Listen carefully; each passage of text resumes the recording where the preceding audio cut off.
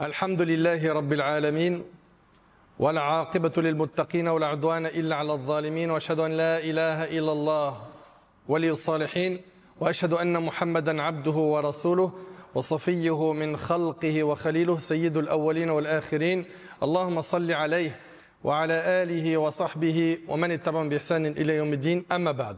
Chers frères et sœurs, aujourd'hui avec l'aide d'Allah Tabarak wa Ta'ala, on va parler de la peur du futur.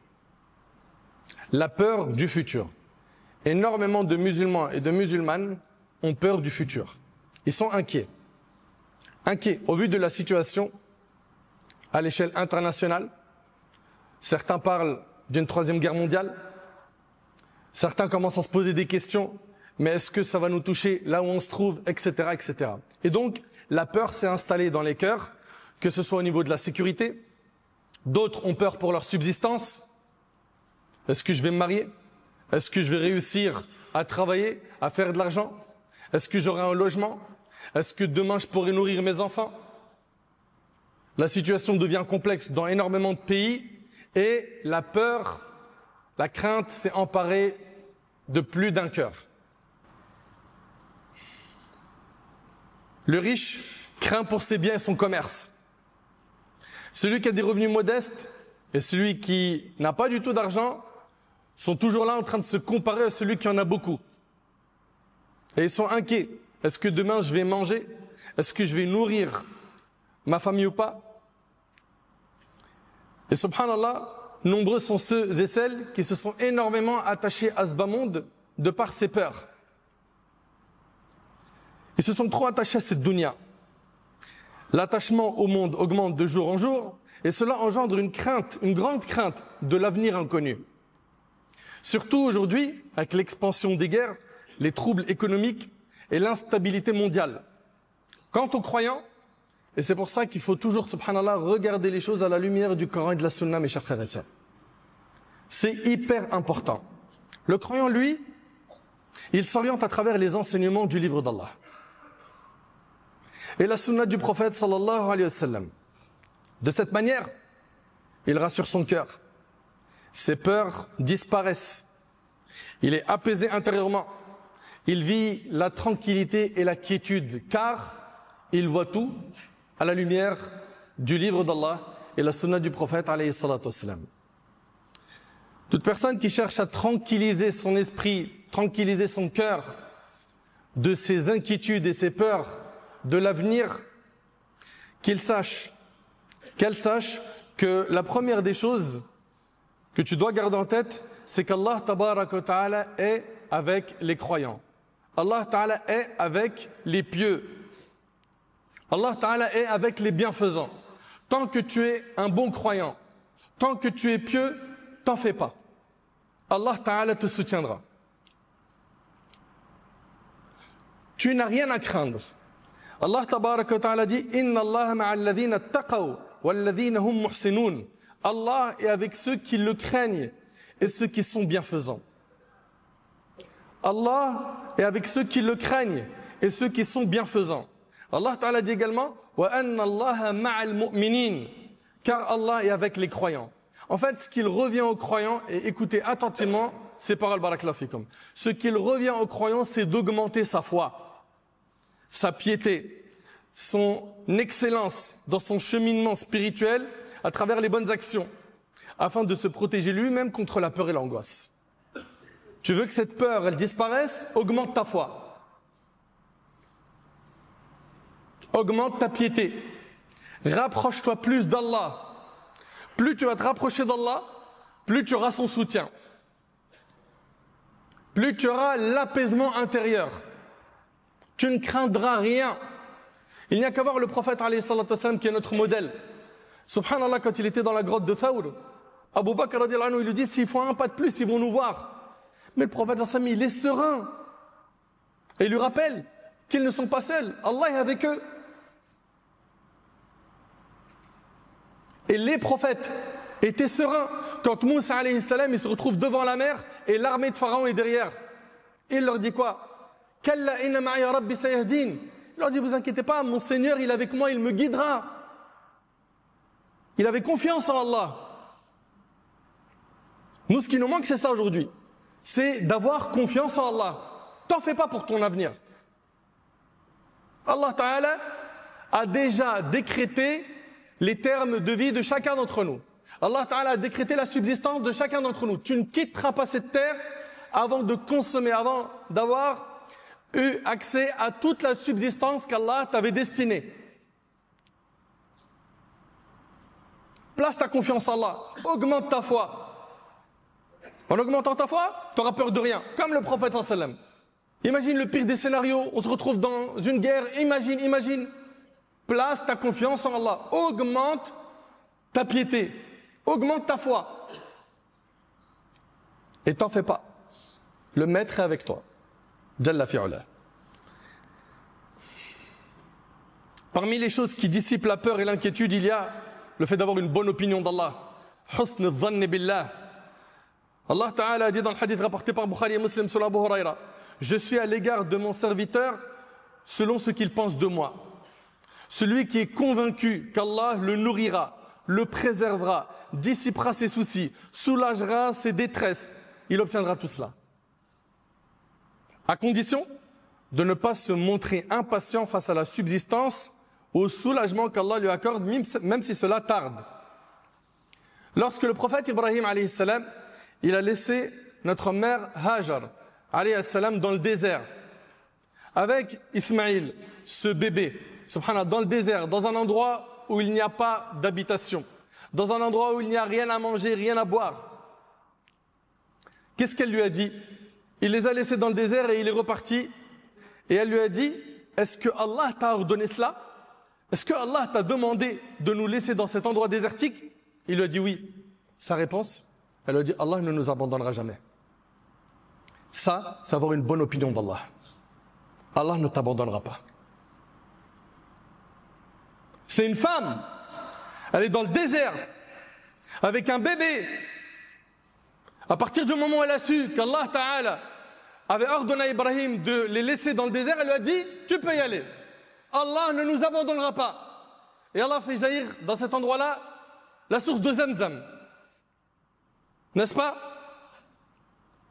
Et énormément de biens a touché notre mère Hajar. Son fils Ismaïl est devenu prophète, qui d'ailleurs de sa descendance est né le meilleur des prophètes, Muhammad ibn Abdullah alayhi salatu wassalam. Elle a eu une bonne opinion d'Allah. Soyons à l'image de notre mère Hajar. Soyons à l'image de Hajar alayhi salam.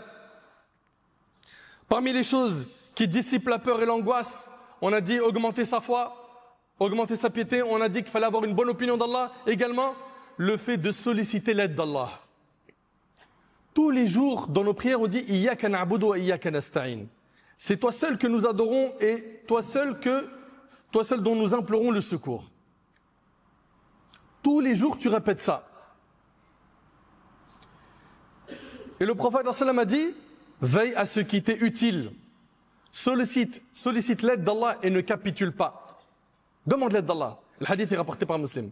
Et dans le hadith de Tirmidhi, il a dit à Ibn Abbas « Wa idha sta'anta fasta'in billah » Lorsque tu sollicites de l'aide, quand tu cherches le soutien, le secours, cherche-le auprès d'Allah. Parmi les choses qui dissipent la peur et l'angoisse, se remémorer la générosité d'Allah et sa miséricorde envers ses serviteurs. Subhanallah, on lui désobéit. Certains tournent le dos aux enseignements du dîn. Et malgré cela, Allah les nourrit tous. Il les maintient en bonne santé et patiente face aux offenses qu'il lui adresse. Le prophète sallallahu alayhi wa sallam a dit, personne ou rien n'est plus patient à l'écoute de ce qui lui déplaît qu'Allah. Il lui attribue un enfant et lui, il leur accorde la santé et assure leur subsistance, rapportée par Bukhari et Muslim. Si tel est le don d'Allah envers ceux qui ne croient pas en lui, qui ne croient pas au livre d'Allah, le Coran, alors que dire du don d'Allah envers ceux qui sont pieux, qui sont proches de lui, Azza wa Jal? Et comment le croyant pourrait-il avoir peur ou être inquiet alors qu'il adore un Seigneur généreux et plein de miséricorde? Parmi les choses qui dissipent la peur et l'angoisse, la régularité dans les prières. Ta prière, c'est un remède spirituel. Plus tu vas prier, plus tu vas fortifier ton cœur. La prière, la multiplication des prières surrogatoires, l'effort pour atteindre la concentration, car la prière, c'est le lien entre le serviteur et Allah. plus tu renforces ce lien, plus les peurs et les angoisses disparaissent. Et jamais ne sera craintif un serviteur qui maintient un lien constant avec Allah. Le prophète, lorsqu'un souci l'atteignait, il se réfugiait dans la prière. Subhanallah. Comme dans le hadith de Hudhayfa, il rapporte que le prophète, dès qu'il était touché par une épreuve, il se dirigeait vers la prière. Ce lien avec Allah subhanahu wa ta'ala. Allah ta'ala a ordonné de chercher assistance dans la patience et la prière face aux épreuves. Allah ta'ala dit wasta'inu bis-sabri was-salah, et chercher renfort dans la patience et la prière. Tu as besoin de l'aide et du soutien d'Allah? Prie, multiplie les prières. Toi qui as fragilisé ta relation avec Allah en t'éloignant de la prière, t'étonne pas que les foudres s'abattent sur toi, les épreuves, et que tu n'aies pas le soutien d'Allah. Reprends la prière. Et rappelle-toi que la prière, c'est l'œuvre la plus aimée d'Allah. Le prophète ensemble, il a dit, quand on lui a posé la question quelle est l'œuvre la plus aimée d'Allah, il a dit l'œuvre la plus aimée d'Allah, c'est la prière à son temps. C'est donc l'adoration qu'Allah aime le plus. Et c'est l'adoration que le prophète ensemble aime le plus. Il a dit lui-même, il a dit la prunelle de mes yeux, elle était dans la prière. Donc la prière, subhanallah, c'est l'œuvre la plus aimée d'Allah. Et celle du prophète ensemble, toi tu prétends aimer Allah et son prophète et t'aimes pas ce qu'Allah et son prophète aiment? C'est pas possible. Remettons en question. Tu vas me dire, oui, mais je commence, j'arrête. C'est possible que ce soit ça au début. Mais en faisant des efforts, Allah subhanahu wa ta'ala, il va te faciliter d'être constant. Lâche pas. Lâche pas. Ce que veut de toi le diable, c'est que tu lâches. Également, parmi les choses qui dissipent la peur et l'angoisse, le fait de savoir que l'intimidation des croyants, le fait de faire peur aux croyants, n'est autre qu'un stratagème du diable. Le diable veut créer en toi cette peur. Et le diable, c'est notre ennemi. Comment peux-tu lui accorder caution? Le croyant ne doit donc pas se soumettre à ses suggestions ni à ses incitations, mais plutôt cherche refuge auprès d'Allah. Contre qui? Contre le diable. Allah Ta'ala, il nous rappelle, Inna kayda ash-shaytani kana da'ifa. Les stratagèmes de Satan sont faibles. Les gens disent le diable il est trop fort. Allah il te dit ces stratagèmes sont faibles. Fortifie ta foi et tu verras que tu auras une facilité à lui barrer la route. Fortifie ta foi, ta relation avec Allah, améliore-la. Parmi les choses qui dissipent la peur et l'angoisse, la certitude qu'Allah subhanahu wa ta'ala sauve les croyants. Il les soutient dans les moments de détresse et d'épreuve. Soit il lève ces épreuves et en efface les effets, soit il leur accorde la patience et la capacité à supporter ces épreuves. Jusqu'à ce que même s'ils sont dans le four de l'épreuve, ils sont apaisés intérieurement. Ils sont apaisés intérieurement. Et le vrai bien-être est celui du cœur, tout comme la véritable souffrance est celle du cœur.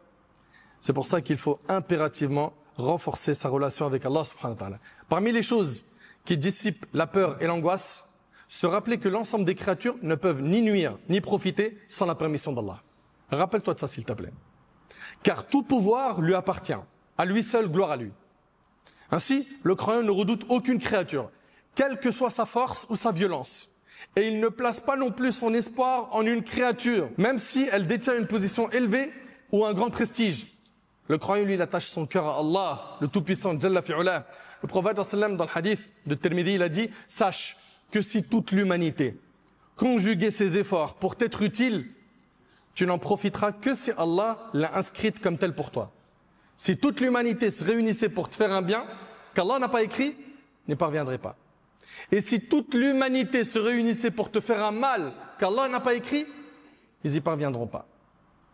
Donc place ta confiance en Allah subhanahu wa ta'ala.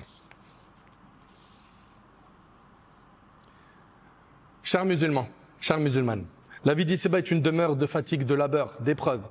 Le serviteur se réjouit un jour et s'attriste un autre. Il se sent en sécurité, puis parfois, il est dans la panique, la peur. Et cela parce que le bas monde est une demeure qui n'est pas stable. La demeure qui est stable, c'est l'autre. Et nous sommes sur terre pour préparer l'autre vie. Ça ne veut pas dire par là qu'on ne travaille pas, qu'on n'étudie pas, qu'on ne fonde pas de famille. Non, on fait tout cela, mais on n'oublie pas qu'après cette vie, il y a une autre vie éternelle qui nous attend et pour laquelle il faut se préparer. Et on s'y prépare avec la piété, le fait d'être pieux, d'être proche d'Allah. La peur de l'avenir ne devrait pas envahir le cœur du croyant, car la vie d'ici-bas n'est pas sa vraie demeure. Il attend une autre demeure qui est son lieu de repos ultime, qu'il œuvre donc pour cette demeure éternelle comme il se doit, et qu'il sache qu'Allah subhanahu wa ta'ala n'a pas créé les créatures en vain. Et tout malheur qui nous touche, c'est un malheur en apparence. Dans le fond, il ne contient que du bien. L'affaire du croyant ne contient que du bien. Quand on dit qu'on croit au destin bon ou mauvais, il est mauvais en apparence. Mais sinon, cette épreuve-là, elle est quoi? Expiatrice de péché. Elle t'élève en degré. Elle te rapproche d'Allah. Donc au final, même le mal qui te touche, il contient un bien. Allah Ta'ala dit « Ma asaba min musibatin illa bi'idhnillah wa man yu'min billah yahdi qalbah » Aucun malheur ne frappe, si ce n'est avec la permission d'Allah. Celui qui croit en Allah, Allah guide son cœur. Et sache que tout ce qui va te toucher sur terre n'est qu'un bien pour toi. Tout. Et les meilleurs choix sont les choix d'Allah. Ça veut dire quoi? Ça veut dire que si le serviteur il convoite une chose de ce bas monde, mais qu'elle lui échappe, ou elle lui est refusée, qu'il soit certain que le choix d'Allah est meilleur pour lui que le choix qu'il aurait fait pour lui-même. Et que si Allah subhanahu wa ta'ala l'a détourné de ce qu'il désirait, ce n'est que par miséricorde envers lui. Et s'il ferme une porte de ce bas monde à son serviteur, il lui en ouvre d'autres, plus bénéfiques et moins nuisibles pour lui. Qu'il médite donc cela avec attention et qu'il soit convaincu de tout cela avec certitude. Si le serviteur voit la mort frapper les gens autour de lui dans des guerres, des épidémies et que les épreuves les entourent à cause de cela, qu'il ne prenne pas peur et ne cède pas à la panique. Car celui qui a décrété cela pour les serviteurs, c'est Allah. Celui dont la miséricorde, la science et la sagesse englobent toutes choses. Et tout ce qu'il décrète sur eux, il ne le fait que pour un bien qu'il veut leur accorder. Mais les gens ne le savent pas. Les gens ne le savent pas. L'affaire tout entière du croyant ne contient que du bien. Subhanallah, si le destin avait été confié aux créatures, elles auraient injustement dominé les unes sur les autres. Nous louons donc Allah subhanahu wa ta'ala de ne pas avoir confié cela à l'être humain injuste et ignorant. Et qu'il se rappelle, que l'être humain se rappelle que les termes de vie sont déjà fixés et que les subsistances sont déjà réparties, avant même que les êtres humains ne soient créés. Qu'il ne s'attriste donc pas pour sa subsistance et qu'il ne laisse pas son esprit s'occuper de sa durée de vie. Tout cela n'est pas entre ses mains. La seule chose qui est entre tes mains, c'est tes œuvres. Fortifie ta foi. Rappelle-toi que Shaitan veut que tu aies peur. Il veut t'occuper par autre chose que l'adoration. Toi, renforce ta foi. Améliore ta relation avec Allah subhanahu wa ta'ala. Occupe-toi du bagage que tu vas présenter le jour du jugement, quand tu seras devant ton Seigneur Jalla fi'ula. J'implore Allah subhanahu wa ta'ala d'améliorer notre situation. J'implore Allah subhanahu wa ta'ala de dissiper nos peurs et nos soucis. J'implore Allah subhanahu wa ta'ala de fortifier notre foi. J'implore Allah subhanahu wa ta'ala de nous accorder la clairvoyance, une bonne compréhension de sa religion. J'implore Allah subhanahu wa ta'ala de faire de nous des pieux et de nous accorder une bonne fin.